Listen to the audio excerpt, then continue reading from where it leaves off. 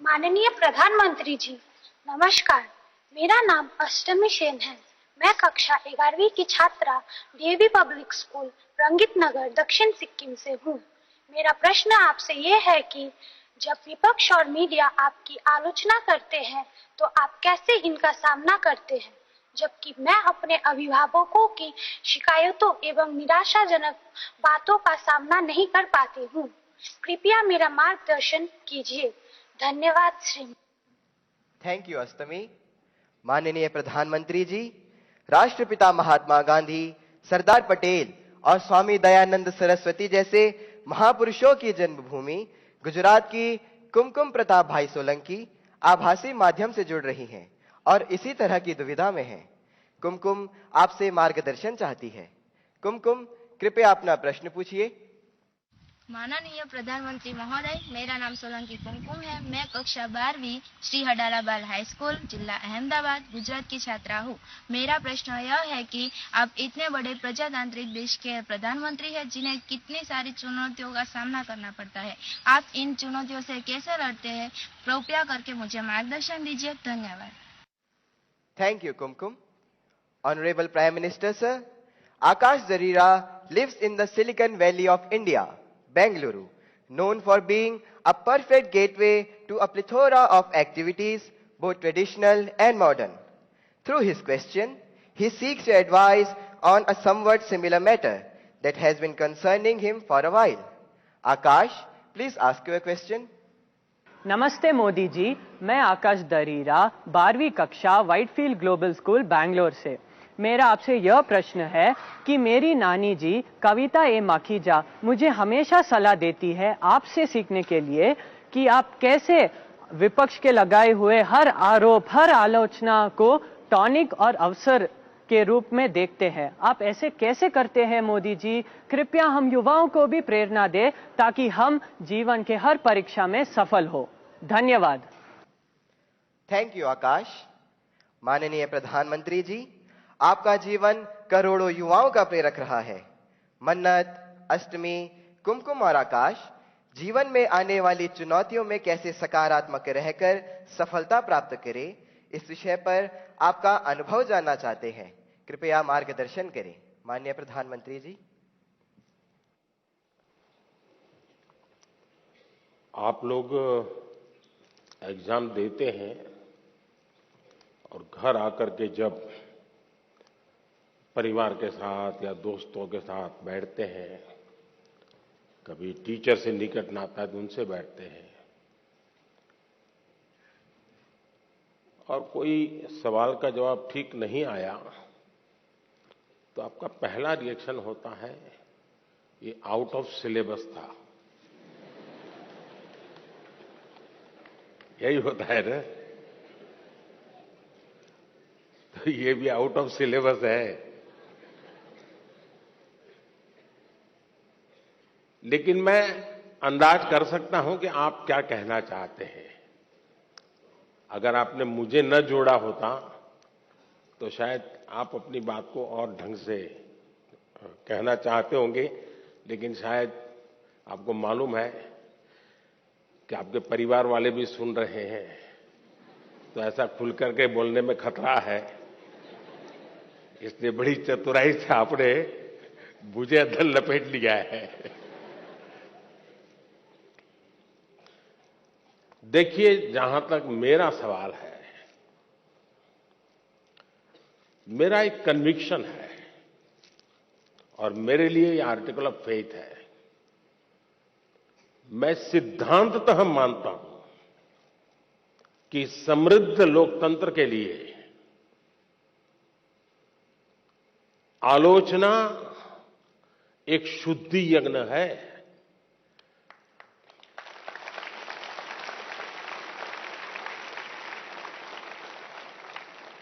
आलोचना ये समृद्ध लोकतंत्र की पूर्व शर्त है और इसलिए आपने देखा होगा टेक्नोलॉजी में ओपन सोर्स टेक्नोलॉजी होती है, मालूम है ना? ओपन सोर्स होता है, उसमें सब लोग अपनी अपनी चीजें डालते हैं। और ओपन सोर्स टेक्नोलॉजी के माध्यम से ये अलाउ किया जाता है कि देखिए भी हमने ये किया है, हम यहां जाकर के अटके हैं, हो सकता है कुछ कमियां होगी, तो लोग उसके अंदर अपने अपने टेक्नोलॉजी को इंसर्ट करते हैं और काफी लोगों के प्रयास से वो एकदम से समृद्ध एक सॉफ्टवेयर बन जाता है। ये ओपन सोर्स आजकल बहुत ही ताकतवर एक इंस्ट्रूमेंट माना जाता है।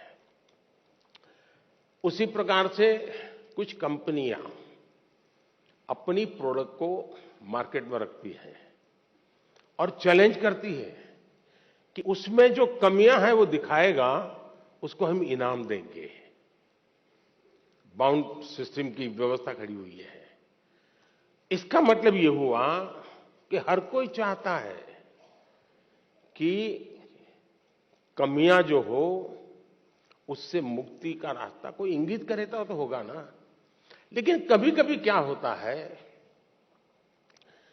आलोचना करने वाला कौन है उस पर सारा मामला सेट हो जाता है। जैसे मान लीजिए आप यहां स्कूल के अंदर फैंसी ड्रेस कंपटीशन है और आपने बड़े चाव से बढ़िया फैंसी ड्रेस पहन करके गए और आपका प्रिय दोस्त है, एकदम प्रिय दोस्त, जिसकी बात आपको हमेशा अच्छी लगती है, वो कहेगा यार तुमने ऐसा क्या पहना, ये अच्छा नहीं लग रहा है। तो आपका एक रिएक्शन होगा। और एक स्टूडेंट है जो आपको थोड़ा कम पसंद है, नेगेटिव वाइब्रेशंस हमेशा आते हैं उसको देखते ही, आपको उसके बातें बिल्कुल पसंद नहीं है। वो कहेगा देखो ये क्या पहन के आया है, कैसे पहनते हैं क्या। तो आपका एक दूसरा रिएक्शन होगा। क्यों? जो अपना है वो कहता है तो आप उसको पॉजिटिव लेते हैं उस आलोचना को। लेकिन जो आपको पसंद नहीं है वो वही कह रहा है, लेकिन आपको गुस्सा आता है, तू कौन होता है, मेरी मर्जी। ऐसा ही होता है ना। उसी प्रकार से आप आलोचना करने वाले आदतन करते रहते हैं तो उनको एक बक्से में डाल दीजिए, दिमाग खपाइए मत ज्यादा, क्योंकि उनका इरादा कुछ और है। अब घर में आलोचना होती है क्या? मैं समझता हूं कुछ गलती हो रही है। घर में आलोचना नहीं होती है, यह दुर्भाग्य का विषय है। आलोचना करने के लिए मां बाप को भी बहुत अध्ययन करना पड़ता है, आपको ऑब्जर्व करना पड़ता है, आपके टीचर को मिलना पड़ता है, आपके दोस्तों की आदतें जाननी पड़ती है, आपकी दिनचर्या को समझना करना पड़ता है, आपको फॉलो करना पड़ता है, आपका मोबाइल फोन पर कितना टाइम जा रहा है, स्क्रीन पर कितना टाइम जा रहा है, सारा बहुत बारीकी से कुछ न बोलते हुए मां बाप ऑब्जर्व करते हैं। फिर कभी आप किस अच्छे मूड में होते हैं वो देखते हैं, और जब अच्छे मूड में होते हैं, अकेले होते हैं, तब प्यार से वो कहते हैं, अरे यार देख बेटे तुझ में इतनी क्षमता है, इतना सामर्थ्य है, देख तेरी शक्ति यहां क्यों जा रही है।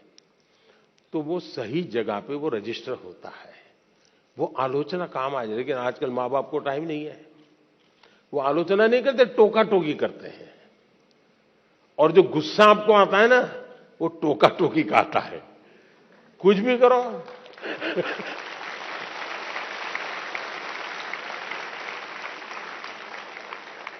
खाने पे बैठे हैं कुछ भी कहेंगे, ये खाया तो भी कहेंगे, नहीं खाया तो भी कहेंगे। यही होता है ना। देखिए अब आपके माता पिताजी आपको पकड़ेंगे घर जाके क्या है। टोका टोकी जो है वो आलोचना नहीं है। अब मां बाप से मैं आग्रह करूंगा कि कृपा करके आप अपने बच्चों की भलाई के लिए ये टोका टोकी के चक्कर से बाहर निकलिए। उससे आप बच्चों की जिंदगी को मोल्ड नहीं कर सकते हैं। ऊपर से इतना मन से कुछ उस दिन अच्छे मूड में है, कुछ अच्छा करने के मूड में है, और आपने सुबह ही कुछ कह दिया, देख दूध ठंडा हो गया, तू दूध पीता नहीं है, शुरू कर दिया तू तो ऐसा ही है, फलाना देख कैसा करता है, तुरंत सुबह अपनी माँ कहती है ऐसे दूध पी लेता है, फिर उसका दिमाग फटकता है, वो दिन भर का उसका काम है बर्बाद हो जाता है। और इसलिए अब आप देखिए, हम लोग पार्लियामेंट में, कभी आप लोग पार्लियामेंट का डिबेट देखते होंगे, पार्लियामेंट का जो टीवी है, कुछ लोग बहुत ही अच्छी तैयारी करके आते हैं पार्लियामेंट में अपनी स्पीच देने के लिए, लेकिन स्वभाव से जो सामने विपक्ष के लोग होते हैं ना, वो आपकी साइकोलॉजी जानते हैं, तो कुछ में ऐसे ही कोई टिप्पणी कर देते बैठे बैठे, और उसको मालूम है कि टिप्पणी ऐसी है कि वो रिएक्ट करेगा ही करेगा। तो हमारा एमपी होता है, उसको लगता है अब इंपॉर्टेंट इसकी टिप्पणी है, इसलिए जो तैयारी करके आया है वो छूट जाती है और वो उसी की टिप्पणी को जवाब देता रहता है।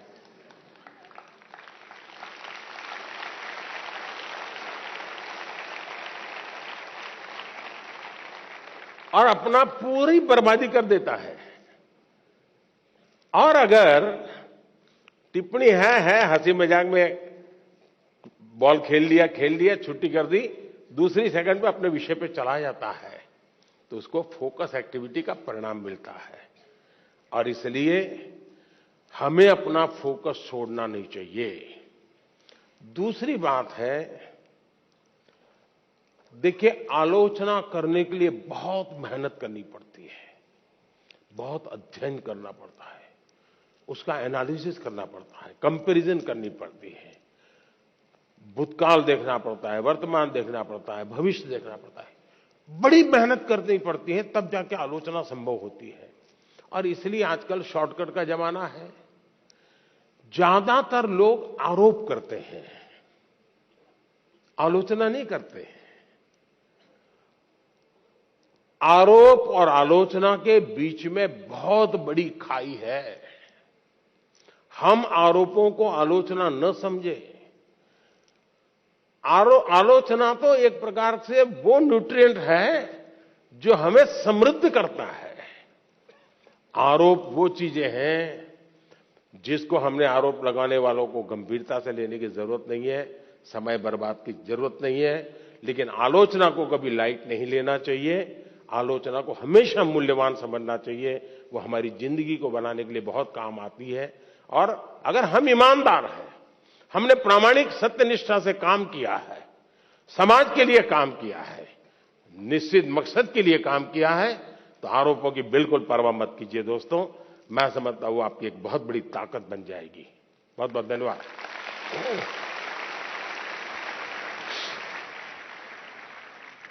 माननीय प्रधानमंत्री जी, आपकी सकारात्मक ऊर्जा ने करोड़ों देशवासियों को नया मार्ग दिखाया। आपका धन्यवाद।